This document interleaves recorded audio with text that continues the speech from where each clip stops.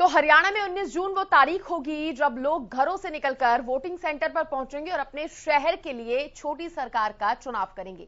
Graphics के जरिए एक बार फिर से देखिए हरियाणा में कहां-कहां सीटों पर किस तरह निकाय चुनाव होने वाले हैं। निकाय चुनाव का रण सज चुका है। नगरपालिका की सीटें नारायणगढ़ है, रतिया है, उचाना है और आपको बता दें घरोंडा, तरावड़ी, नीसिंग, असंध, चीका, महेंद्रगढ़, नांगल चौधरी, फिरोजपुर, झिरका, ये तमाम वो सीटें जहां पर इलेक्शन होना है, चुनाव होना है। पुन्हाना इसमें शामिल है, कुंडली इसमें शामिल है, एलनाबाद, रानिया, ये तमाम, भिवानी, चरखी, दादरी, फतेहाबाद, टोहाना, सोहना, हांसी, नरवाना, जिंद, झज्जर, बहादुरगढ़, कैथल, गोहाना, ये नगर परिषद की सीटें हम आपको बता रहे हैं।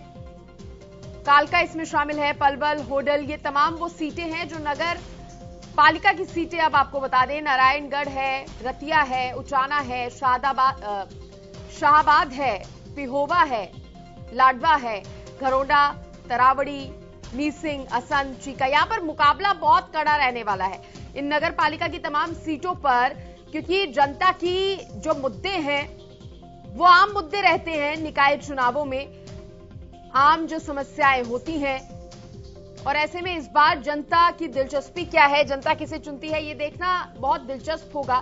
फिलहाल ये नगर पालिका की तमाम सीटें हैं जहां पर निकाय का जो चुनावी रण है वो सजा हुआ है।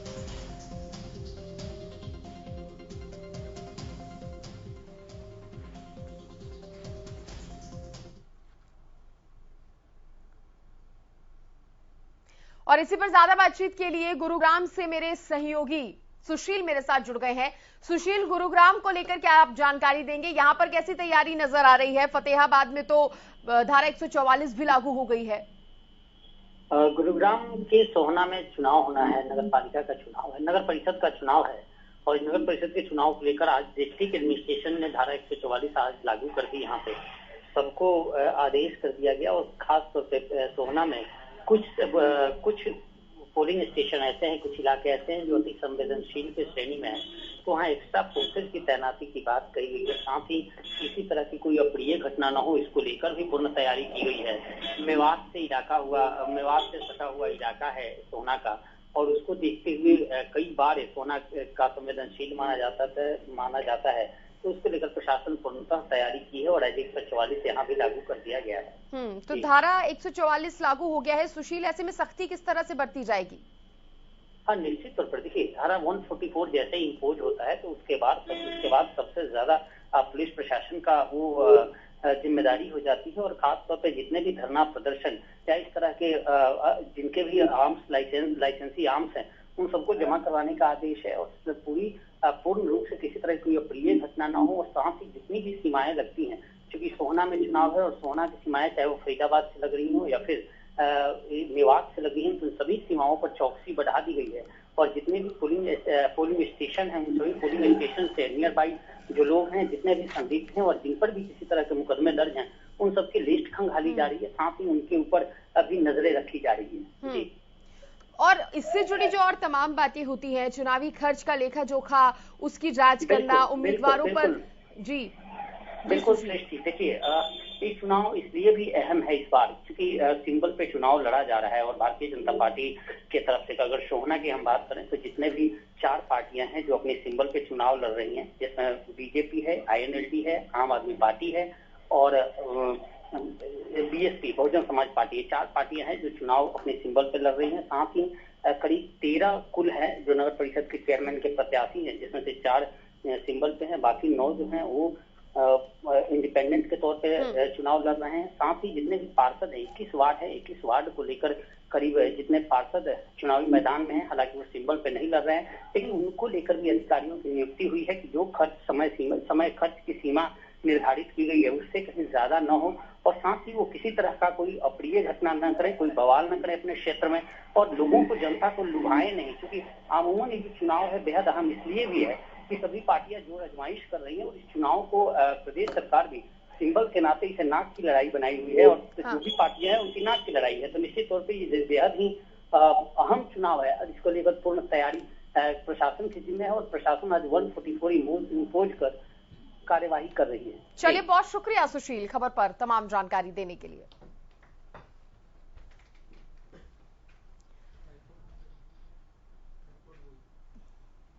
तो निकाय चुनाव को लेकर चुनाव आयोग की तरफ से अब की बार सख्त रुख इख्तियार किया जा रहा है, और इसे लेकर सोहना में चुनाव आयोग की तरफ से नियुक्त किए ऑब्जर्वर ने चेयरपर्सन और नगर पार्षद के उम्मीदवारों के साथ बैठक की और आयोग की तरफ से चुनावी राशि के बारे में विस्तार से जानकारी दी। चुनाव के दौरान खर्च किए जाने वाले खर्च को टीम समय समय पर चेक करेगी। उम्मीदवारों को अपने चुनावी खर्च को 10 जून, 13 जून और 16 जून को बीडीपीओ कार्यालय में आकर चेक कराना होगा। ऐसा नहीं करने वाले उम्मीदवार के खिलाफ कानूनी कार्रवाई भी की जाएगी।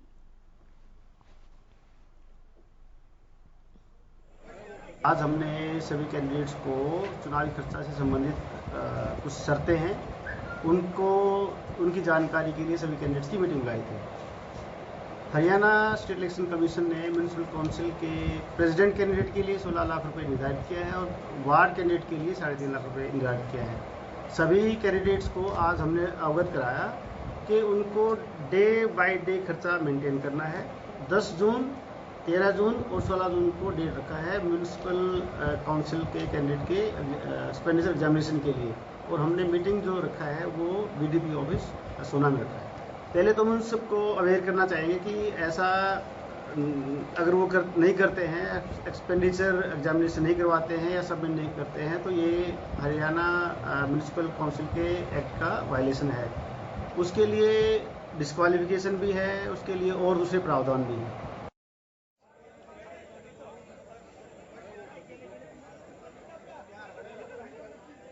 नियमों का उल्लंघन होगा तो उसके लिए जो प्रावधान है उसके हिसाब से कार्रवाई भी की जाती है, क्योंकि एक बार धारा 144 लागू हो जाती है तो सख्ती बरती जाती है और उसका पालन चुनाव से जुड़े हर व्यक्ति को करना होता है। और इसी के साथ आपको बता दें, उम्मीदवारों पर भी चुनाव आयोग की जो कड़ी नजर है वो बनी हुई है। चलिए अब बात करेंगे रतिया की, जहां पर 19 जून को शहरी निकाय चुनाव होने जा रहा है।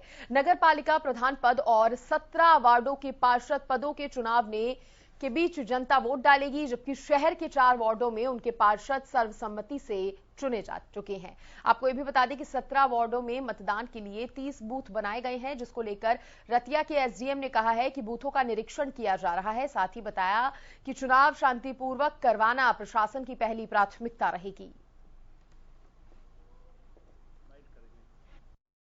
जो कैंडिडेट फाइनल हो गए, अब उनके इलेक्शन की तैयारी के लिए हमने बूथों का निरीक्षण किया है।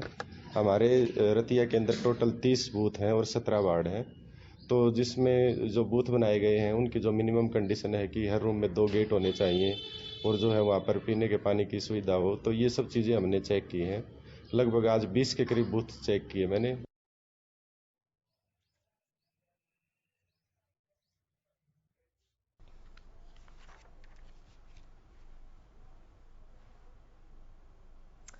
और इधर समालखा नगर पालिका में टूटी हुई सड़कें, पानी की समस्या, बिजली की समस्या, आवारा पशुओं की समस्या, इन मुद्दों को लेकर तमाम समालखा नगर पालिका के अंतर्गत 17 वार्डों के मतदाता 19 जून को वोट डालेंगे। देखिए लोगों की समस्याएं क्या है और प्रत्याशियों से लोगों को क्या उम्मीदें हैं।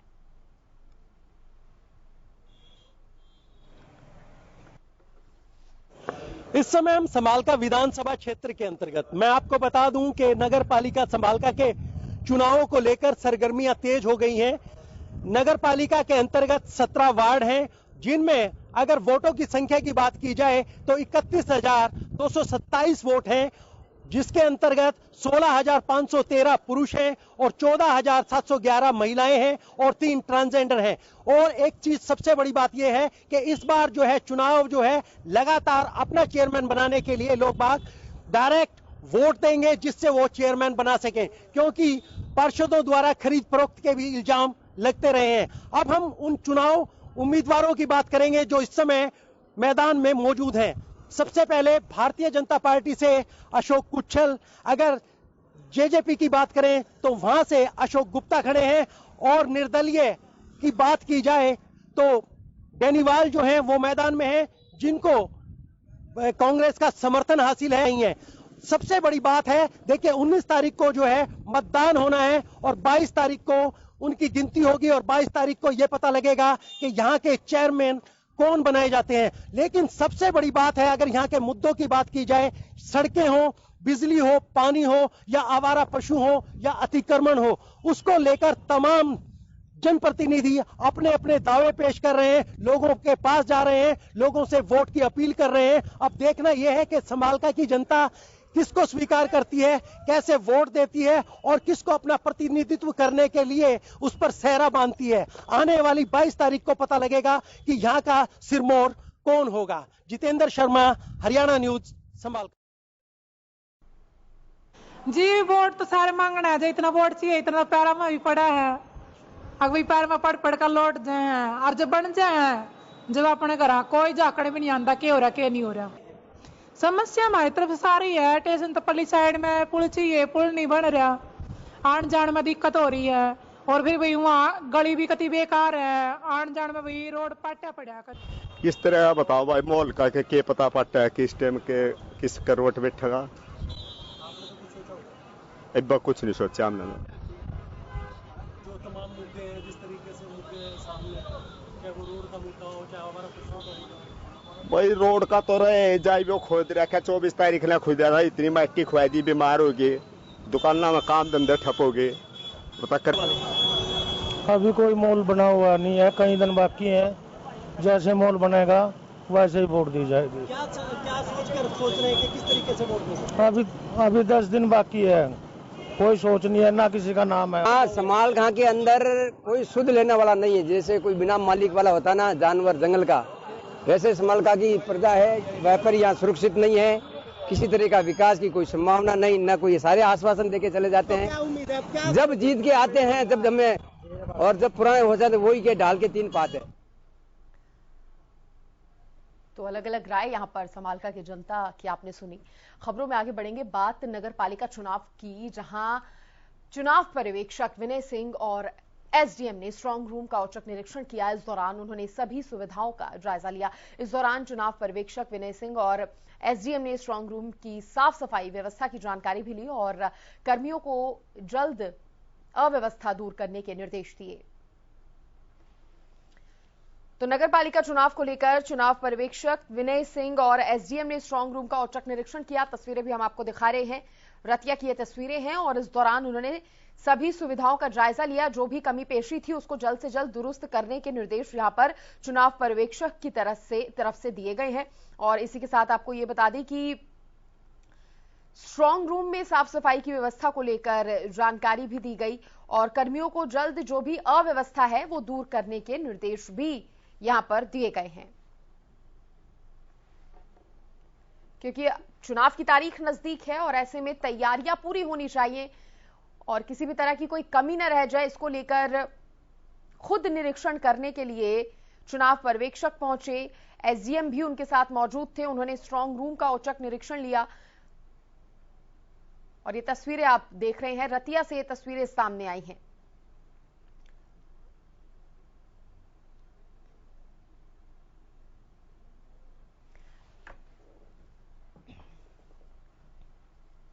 इस खबर पर ज्यादा जानकारी देने के लिए मेरे सहयोगी अशोक मेरे साथ जुड़ गए हैं। अशोक, क्योंकि निकाय चुनाव है, छोटी सरकार चुननी है, रतिया से हम तस्वीरें देख रहे हैं जहां पर स्ट्रांग रूम का निरीक्षण करने के लिए चुनाव पर्यवेक्षक और एसडीएम पहुंचे। क्या कमी पेशी यहां पर नजर आई या क्या जरूरी निर्देश यहां पर दिए गए इनकी तरफ से? देखिए, मैं आपको बताऊं कि रतिया में जो 19 तारीख को चुनाव होने जा रहा है, प्रधान पद को लेकर और पार्षद पद को लेकर 9 महिला प्रत्याशी मैदान में, 8 महिला प्रत्याशी और 43 के करीब है जो पार्षद पद के प्रत्याशी मैदान में है। इसको लेकर चुनावों की तैयारियां हैं। जो एसडीएम और अधिकारियों के साथ उन्होंने जो बूथ केंद्र बनाए गए हैं उनका निरीक्षण किया गया है। 17 वार्डों में 30 बूथ केंद्र बनाए गए हैं जिनका निरीक्षण किया और एसडीएम ने दिशा निर्देश दिए अधिकारियों को कि हर कमरे के अंदर 2 दरवाजे होने जरूरी है, पीने के पानी की व्यवस्था होनी जरूरी है, साफ सफाई का ध्यान रखना जरूरी है। इन बातों को लेकर निरीक्षण किया जा रहा है रतिया में। जी चलिए अशोक, बहुत शुक्रिया आपका खबर पर जानकारी देने के लिए।